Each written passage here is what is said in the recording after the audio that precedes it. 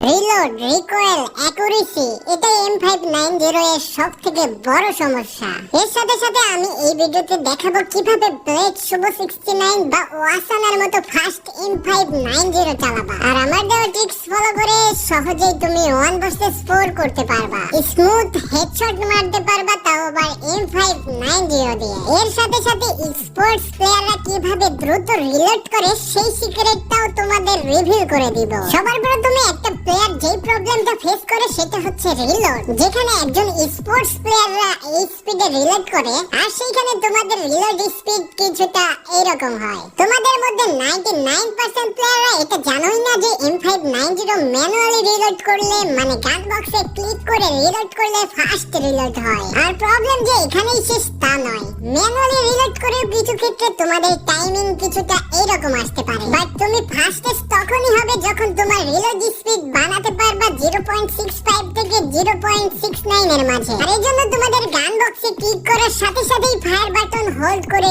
ধরে রাখতে হবে। এই ট্রিক্সটা ফলো করলে তোমাদের রিলোড হওয়া পর্যন্ত অপেক্ষা করতে হবে না। রিলোড হওয়ার সাথে সাথে অটো ফায়ার হবে, দ্রুত গুলি বের হবে। আর দ্বিতীয় সিক্রেট ট্রিক্স হচ্ছে ফায়ার করতেই জাম্প করা বন্ধ করতে হবে। আই নো জাম্প করলেই কুইক রিলোড হয়, এই ট্রিক্স আগের আপডেটগুলোতে অ্যাপ্লাই হয়েছে, বাট এখন নতুন আপডেটে এসে এই ট্রিক্স তোমার রিলোড টাইমকে আরো বাড়ায় দিবে। তাই জাম্প না করলে তুমি এখন আরো বেশি টাইম পাচ্ছ ফায়ার করার জন্য, কারণ তুমি এখন একটা বাটন কম চাপছ, যার কারণে টাইম কম লাগছে। আর সাথে সাথে জাম্প না করায় স্টেবিলিটি বাড়ছে, ফলে হেডশটও বেশি লাগবে। তবে জাম্প না করায় মুভমেন্ট স্পিড একটু কমে যায়। তাই তুমি চাইলে শুরুর শটটা জাম্প করে মারতে পারো, রিলোড করার সময় জাম্প কখনোই করবে না। এছাড়াও অনেক প্লেয়ার গান বক্সে ক্লিক করে রিলোড করার পরেও তাদের রিলোড স্লো থাকে, আর এমন মনে হয় যেন তুমি ক্লিক করোই নাই। এর কারণ হলো প্রত্যেক ফায়ার বাটনে ক্লিক করলেই বুলেট বের হয় না, একটু টাইম লাগে। এই প্রবলেমটার সলিউশন হলো fire, reload, tap or repeat. আর ফায়ার বাটনে ট্যাপ করে রিলোড,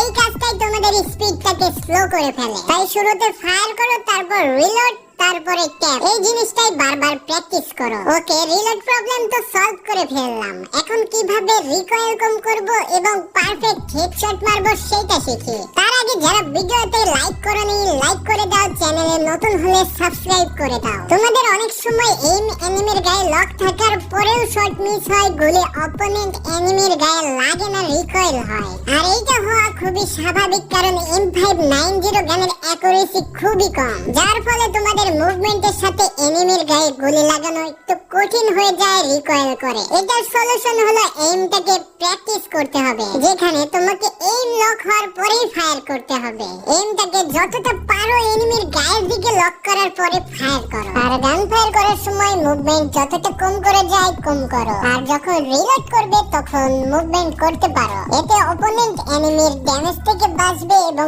তোমার শটও মিস হবে না। এখন আসা যাক একটা সিম্পল ট্রিক্স, যেটার মাধ্যমে তুমি ইজিলি হেডশট মারতে পারবা। তোমাকে হেডশট মারার জন্য জাম্প করার পর জয়স্টিক বাটনটাকে নিচের দিকে টানতে হবে, যার ফলে ক্যারেক্টারটা স্টেবল হয়ে যাবে এবং হেডশট লাগবে। এখানে ক্যারেক্টার হালকা পিছনে চলে যায় এবং এইমটা একদম মাথায় লক হয়ে যায়। এখন তুমি M590 দিয়ে একটি এনিমি মারতেই পারবা, কিন্তু পুরো স্কোয়াডকে কিভাবে হ্যান্ডেল করবে? তো স্কোয়াড ওয়াইপ আউট করার জন্য তোমাকে এই ট্রিক্সগুলো ফলো করতে হবে। কখনো ডাইরেক্ট স্কোয়াডের মধ্যে রাশ করা যাবে না, অপোনেন্ট স্কোয়াডের পজিশনটা আগে জানতে হবে, তারপরে প্লেয়ারগুলোকে ঘুরিয়ে ঘুরিয়ে মারতে হবে। সবসময় এটা মনে রাখবে যে 4 জন প্লেয়ার একসাথে তোমার উপর ডাইরেক্ট রাশ করলে তোমার কাহিনী সেখানেই শেষ। তাই মুভমেন্ট করে এনিমিগুলোকে ঘোরাও আর একটা একটা করে ধরে ফুল স্কোয়াড ওয়াইপ আউট করো। আর আমি তোমাদের গ্যারান্টি দিতে পারি যে এই ট্রিক্সগুলোকে মাস্টার করতে পারলেই তুমি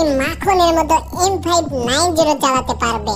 তো আই হোপ তোমাদের এই টিপস এন্ড ট্রিক্স ভিডিওটি ভালো লেগেছে। ভিডিও ভালো লাগলে লাইক সাবস্ক্রাইব করে দিও। দেখা হচ্ছে নতুন কোনো ভিডিওতে রিয়েক্টমিনের সাথে। Bye bye, tata.